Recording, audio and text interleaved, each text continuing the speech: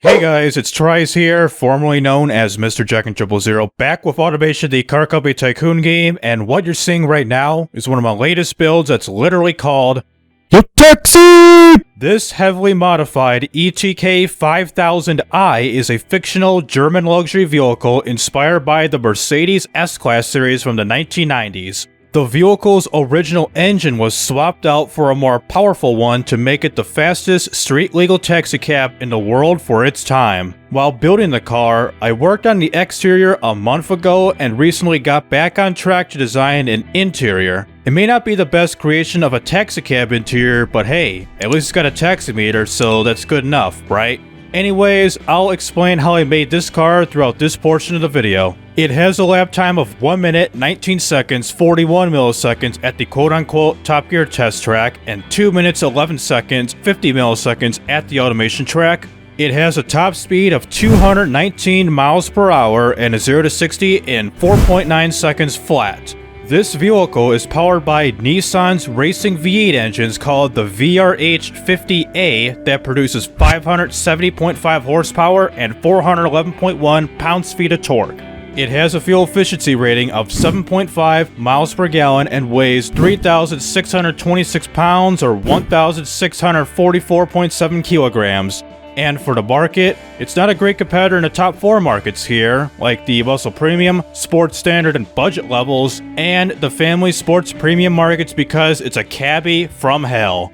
In terms of how I made the Yo Taxi, the panel material will be made out of regular steel with a ladder chassis made out of galvanized steel, with a front longitudinal engine placement, and the front suspension uses a double wishbone, and the rear suspension uses a semi-trailing arm. For the engine, it uses a V9 V8 engine made out of aluminum with the bore set to 96 millimeters and the stroke at 86.3 millimeters to get the engine size to 4,997 cubic centimeters or just about 5 liters, with dual overhead cam 4 valves also made out of aluminum. For the crankshaft, it's made out of billet steel with lightweight forged cam rods and lightweight forged pistons with the quality up to +4 because of RPM stress issues. For the compression, it uses its real-life compression rating, which is nearly at an extreme level of 14.0 to 1 ratio with the cam profile nearly maxed out to a 96. For the fuel system, we're using a multi-point EFI throttle per cylinder race intake running on ultimate fuel, with the fuel mixture set to a 12.4, the ignition timing retarded quite a lot to a 22, and the RPM limit set to 8,000 RPM, and max quality because we need higher octane, folks. Even though it is coming out in the later versions of automation like your aviation fuel and frickin' DevMath, which is pretty OP, which they're planning on doing for the future. So for the headers, exhaust, all that good stuff, we got ourselves a race tubular header set up with a dual exhaust with their exhaust diameter set to a 69.8 millimeters. That's a really nice number there, folks, which that equals to 2.75 inches. And of course, high flow three-way catalytic converter because of emissions and no mufflers whatsoever, and more quality spam. For the drive type, we're using a rear-wheel drive manual 5-speed setup with its top speed set to 223.1 miles per hour and increased the spacing to get it better, 0 to 62, all that good stuff, and geared LSD to really cut down the wheel spin. For the tires, we're using radial semi-slicks with the front tire width set to 235 millimeters and the rear is at a 255 millimeters, running on 18-inch alloy rims. For the brakes, we're using vented disc 3 pistons for the front with its size set to 360 millimeters, and the rear is also a vented disc with its size set to 345 millimeters, but we're using 1 piston instead, with the pad type leaning a little bit more towards a racing setting at a 60. For the inner tray, nothing much, fully crowded under tray, brake airflow up a little bit. Interior and everything, since this is a knockoff Mercedes, aka the ETK of BeamNG, got ourselves a premium interior with a premium cassette player with 5 seats, 2 in the front, 3 in the back, all that good stuff. For the safety and everything, we got ourselves a variable hydraulic power steering with traction control and ABS brakes and 1980s standard safety standards. And last but not least, with the suspension of the vehicle, we got progressive springs with adaptive dampers and passive sway bars running on a sport preset. Despite only a few problems on here, such as dampers being too hard, engine bay being so full, clearance issues, and some select tires using this vehicle, let's export this to BeamNG.drive and test this vehicle out.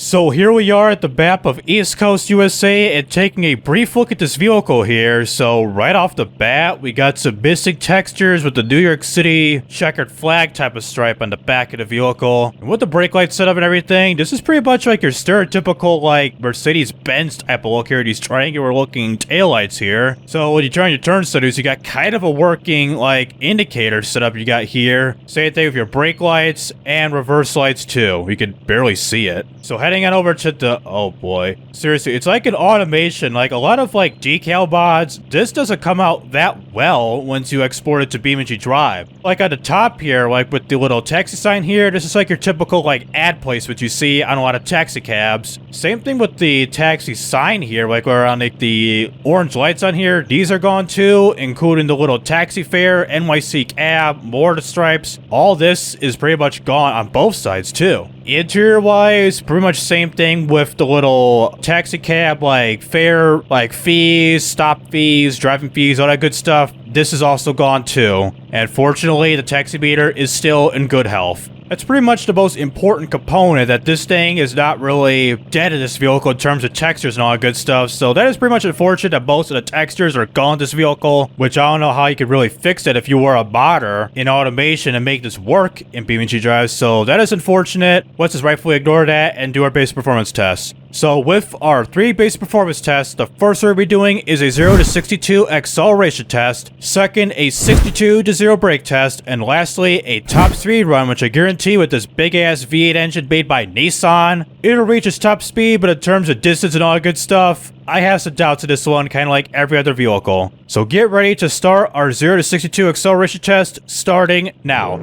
Accelerate. And going into the first gear, right now to second gear, get through the little toll booth, 0 to 62, 63, god dang it, in 5.16 seconds at 295.91 feet. I don't even care if it went to 63, it don't matter one bit. So where the hell is my cruise control? Hold on a sec. Alright, put you right here and get ready for a brake test starting right about now. So get to 62, and 62 is set. Hopefully this will work out okay, so hit the brakes now. No skidding, ABS maxed out, 62 to 0 in 2.54 seconds of 103.71 feet. Distance and time-wise, that's great. For the people behind you, hopefully they won't rear-end you if they have some crappy brakes or not maintaining a safe falling distance, but braking-wise, I'm pretty happy with this. So top speed run already in effect, we get a worse 0 to 60 in 5.6 seconds of 262-ish feet, around 263. So in the fourth gear, still accelerating pretty well, going around 140 and climbing pretty fast because it's a racing V8 engine made by Nissan. It's probably the second or third time I've said that. So continuing on, 180 miles per hour, we're going to be going past the exit way, probably could get around a 200. Let's see, 200 right around here. So 200 miles an hour achieved into this first corner. Go into that major understeer, and it's not going to work out, so crash here. Whoa, what the hell? Where did I get stuck at? I was going to like bounce off the wall and like bounce off somewhere over here, but oh my god. Did I like get stuck right here? This little gap between the door and here, or what? So damage wise the vehicle, let me put this in the open real quick, like some sunlight. Ooh, look at the goddamn damage in this vehicle. It's pretty much everything has been just stretched out big time. I wasn't really expecting this at all. Look at how this thing got stretched out and deformed. You got like the taxi ad sign has become the world's biggest shank right here. Just loose polygons everywhere. And not only that, the rear left tire, we lost all the rubber and tread to the point where it's just nothing. Dude, that is like hella bizarre. So now let's take this up to a time trial here. Let's go to the map here. And Gridmap's got some. What do we got here? You could do a flat out high speed ring, the perimeter, all that good stuff. Oh, this is interesting. Well, let's just do a time trial to do Gridmap. Let's just do the oval one and then the perimeter one. So first we'll do the oval, do 2 laps of this thing without a rolling start in the noon hours. So grab the vehicle, take it to the track right now. So here we are, the start and finish line of a completely blank area of the Gridmap, which I did race down this racetrack by myself with the Ibishu widget in the 0.23 update video, which you can check out if you want to, which I covered this map, the widget, all that good stuff. And we are a tad over the start and finish line, but it don't matter one bit. So get ready to start off this here time trial off here in 3, 2, 1... Insta-go, okay. And real quick, let me change the UI on this. This has changed a lot since this game updated. Alright, so I got the UI in check out here, such as the little cruise control and the airspeed at the top right of your screen, or the right of your screen, and the brake thermals on the bottom left of the screen. And we got ourselves a big-ass bank corner here, and also this one up ahead. So this is basically a big loop, kind of like your stereotypical, like, speedway that you see in, like, NASCAR or IndyCar. But out here, you got these ridiculously bank corners up here. What is this, like 20? No, not 20 degrees. I was thinking like 50 degrees when I did that video back then, the update video. I mean, look at this. This is like, I was thinking like 40 to 50 degrees. We are like, no, maybe more than that, like 70 or something. Wow. And we're going off track. I missed a checkpoint. God damn, I missed a checkpoint. We're gonna skateboard and do a loop. And landed, and there goes all the debris, all that good stuff. The front left tire is out of commission. So try it again. So I didn't even realize it was going to be this short. Well, we got these 2 laps and a little road course later on. And what the hell is up with the 3, 2, 1 go counter? It's like 3, 2, go. So we're in our second lap. We're still okay right now. And coming to the checkpoint where I last missed. Let's get down to bottom. There we go. 195 and 200 miles, 201, 202 miles an hour right there. Wowzers. So this is it. I didn't realize it was going to be this short. This is like, what, a mile or something? So let's just finish off, grind up here in the middle, and roll over. So a total time of, okay, it didn't load right there. 1 minute, 7 seconds, 284 milliseconds. Free roam. Let's just roll this out. And skidding. And we're on 4 wheels, going to still drive despite all that mess. So we're auto steering to the left. So damage-wise, the vehicle, bright-ass brake lights, reverse lights too, and how about turn signals, even though we're over here? So turn signals, they're doing okay. So damage-wise, not a whole lot. Some front right damage, rear damage, left damage, but mostly front right damage, and that's it. So let's do the other time trial, the one at the perimeter high-speed ring, which I think it's the one I did earlier. We got like this bank corner, this bank corner, this bank corner, kind of like a road course or something. Yeah, a lot of bank corners. So that was the one I was at earlier with the racing model of the Widgeon. So, I'll do 2 laps, kind of like we did earlier. Early noon hours, go right now. So here we are at this portion of time trial. So like last time, we are just over the start and finish line. We got the great gray-ass pyramid over there. And yeah, this place looks very familiar. I think I did drive this in that video of the update video, which I keep saying this over and over again. But that's what happened in the video, so I'm going to just say it right here and again and again. So start off this time trial off here in 3, 2, watch us go. 3, 2, go. Yep, that's how races start, ladies and gentlemen. So this does look very familiar here. So we got like this bank corner. Yeah, this is it. This is it. This is where I was at in that video. I know it was like, got this bank corner, and then this bank corner. It's like left and right bank corners like everywhere. You got this bank corner that takes you to the right, and this one that takes you to the left. So yeah, this is familiar. So nothing new in terms of just like driving on the Gridmap V2. So yeah, let's hope we don't screw up like the previous time trial, the oval circuit one, where I go flying off the track or just bounce. I'm jinxing myself. Okay, good recovery right there.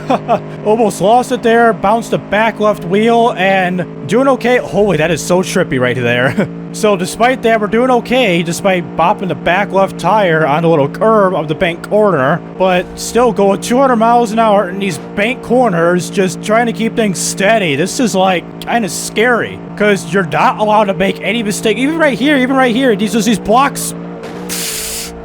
Whoo, Jesus. Yeah, this is a dicey ass circuit on here. I should like compensate the vehicle on the bank corners right here and then gently level off without slamming down the bottom of the bank. So that's good. We got this bank corner. I'm not familiar with this one. Get on the bottom. Good. Equal to this one. Get somewhere on the top and then down at the bottom. Good, we got this one, including these sections here. Avoid that. So, okay, I'm getting the hang of it right now. And is this the start and finish line coming up right here? So get down, cut down, let off on the accelerator. Okay, good recovery. And I think this is the first lap here. So a 2 minutes, 14 seconds, 375 milliseconds. Here is the second lap right now. And 2, top speed-wise, we're getting a 220. We're going to break the top speed or not? 225 according to the speedometer, 223 according to the airspeed. So we were over. So yeah, an automation was 219, 223 is the top speed we get in BeamNG.drive. So we did get the top speed. Okay, compets. Oh my god. Imagine being a driver. You'd probably have a heart attack, probably pass out before you finish this here lap. Damn, that was close. It's like the key is to not steer so hard to the point where you're like swaying all over the place and potentially losing control, even if your ECS is on. Which even though it's not ECS, it's traction control, not just like ECS. It's kind of weird. Like if you have traction control and ABS turned on in... Oh god damn it, automation. Deja vu. We're okay. God damn it. We lost the back spoiler, so we're going to be losing a lot of downforce to the rear of the vehicle. But I was about to say, if you have ECS in this game right here, on BeamNG, it says it's got ECS, but in automation, it's got ABS and traction control, which is kind of weird. On here, it's like ECS is turned on by default, despite having traction control enabled in automation, which I found that to be kind of weird. And not only that, my split time versus the first and second lap is over 11.6 seconds. We're doing great compared to these two laps here, and watch out, we're going to level off and accelerate. Okay, good. So we got this lap time. Okay, we got the finish line up ahead. So this lap time in the 2 minutes, 2 seconds, 809 milliseconds. But goddamn, that was a wild ass second lap of a 4 minutes, 17 seconds, 184 milliseconds. Let's steer right now and get ready to crash ourselves up just up ahead. Which I guarantee you, once it hit free roam, it's gonna unfreeze itself. Watch this. Oh no, it didn't. Normally, when you hit the pause menu, like freeze physics and go to free roam, it resumes physics for some odd reason. So go to 4 times, line myself up, and oh my god, this is gonna be a deadly collision. 203 miles an hour according to airspeed. We're gonna die up in here, so 16 times all the way. High to UI, J, right now. Unfreeze physics. And right there, the driver has died. There goes the mirror, another mirror, something right there. There goes the tire, all that good stuff. Another back of the license plate. Hazards are going off because impact detected, stopping car. And the engine is somehow still running despite this deadly ass glitch. We got the part of the dashboard. It turned inside out. Look at that. The dashboard, the gauge cluster has turned inside out to the point instead of like you're driving right here and you got the dashboard right here, and look at the interior has compacted down big time. The back seat became the front seat. The little separator has become like where the driver and passenger is at, and the dashboard, like I said, has turned inside out. So after that destruction of the vehicle, this has crinkled up big time. This is what happens when you use steel panel vehicles. It's like steel panel vehicles. This is like a very interesting like aftermath of destruction. If you probably use carbon fiber plus 15 on the quality, it would hold up to the point where it didn't even make a dent. So what's it like at the gas pedal with the engine still running? Oh, hell no. Whatever. It's not going anywhere. Going 1 mile an hour. So anyways, let's wrap up this video by going to Brutal Slope to see if this vehicle can compete like any other New York City taxi cabs out there. So here we are at Brutal Slope at the top of this portion of the ramp here. So let's get ready to skateboard ourselves down to see if we beat our 0 to 62 time and launch ourselves at the bottom of the ramp to launch ourselves at extremely high speed and extremely long distance to basically total out the vehicle and get an interesting look of the destruction of the vehicle. So 0 to 62 in a much better almost 4.4 seconds of 178 feet. And here we go, redlining 250 miles an hour right now and still going. We're pretty much going higher as a NASCAR right now over rev risk and 265-ish, I think. Exit speed 202. I think it was around 260 or 265 at the bottom of the ramp before we get ourselves upwards and launch ourselves around 202. So get ready to stop right about now. Slow the simulation down to 16 and then 100 times once we get in an impact of the ground here. So we're pretty high up, around like probably 60 feet above the ground here. So 60 times slow-mo, we're gonna like do some like off-road truck type of ordeal, just jumping off like a couple hundred feet, nothing breaks like your Baja off-road trucks. Like I've seen some videos online about that. So 100 times slow-mo right now, unfreeze physics now. So here's the vehicle, here's the front, just crinkling in. There goes the loose tire. A bunch of other parts coming out, and the engine is somewhat crinkling up, or is that the brake? I think it's the brakes crinkling up. I don't know if it's the no, that is the engine. The engine's crinkled up along with the brake calipers. Jesus Christ, man. So let's just unfreeze physics, not unfreeze, there's a unhide the UI, regular cam, and full time.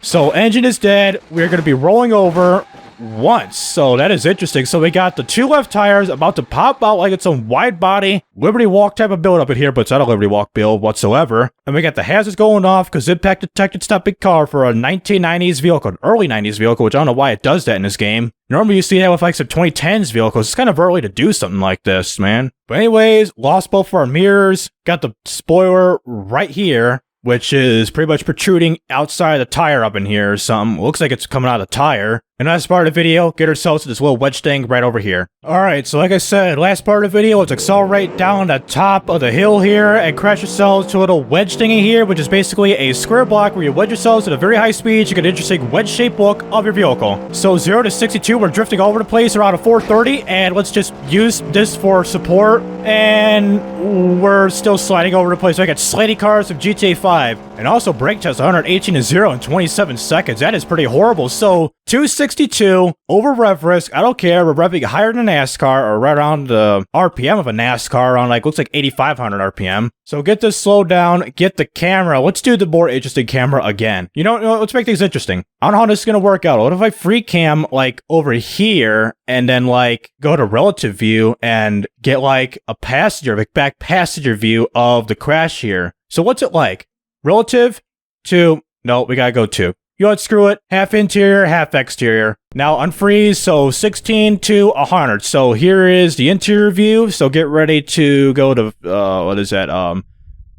Oh my god. Exterior cam, free cam, and boy, look at that. So we did wedge the vehicle. The right left tire has almost completely been shredded off, but we got a chunk of a rubber coming off up here, like it's basically a standard issue of all BeamNG tires, of how you deform all that good stuff. So full time.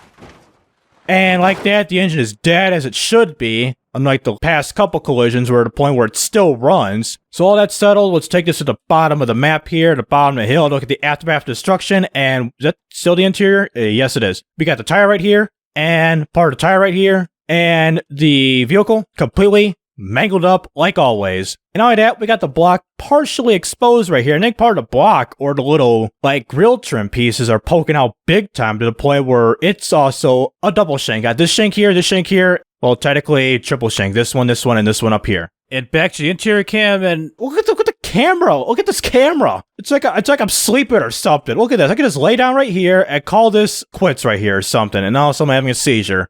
Get me to a hospital right now. So the vehicle is hella mangled. You can barely tell what it is with the rear end, but the front end, not so much. So that'll do it with automation and BeamNG.drive with the Yo Taxi, aka the ETK 5000i. It kind of sucks with the decals of this vehicle, such as, like I mentioned, the NYC taxi cab, the little fare counter, the taxi ad sign up in here. If that were to work in BeamNG.drive, then this taxi would have came out better. Rather than just having an automation eye candy car, you have an automation and BeamNG.drive eye candy car, a 2-in-1. Performance-wise, this vehicle pretty much call this like an early AMG, like a knockoff AMG, despite having a Japanese Nissan engine, not a German-made Mercedes AMG engine, which you pretty much see in all Mercedes AMG vehicles, like your C-Class, E-Class, AMG GT, whatever. And for those who are interested in this type of content, please be sure to like and subscribe so you won't miss out on any videos like this in the future. And also, check out my social media, which is listed down in the description below. So this is TRIZE rising up and signing out.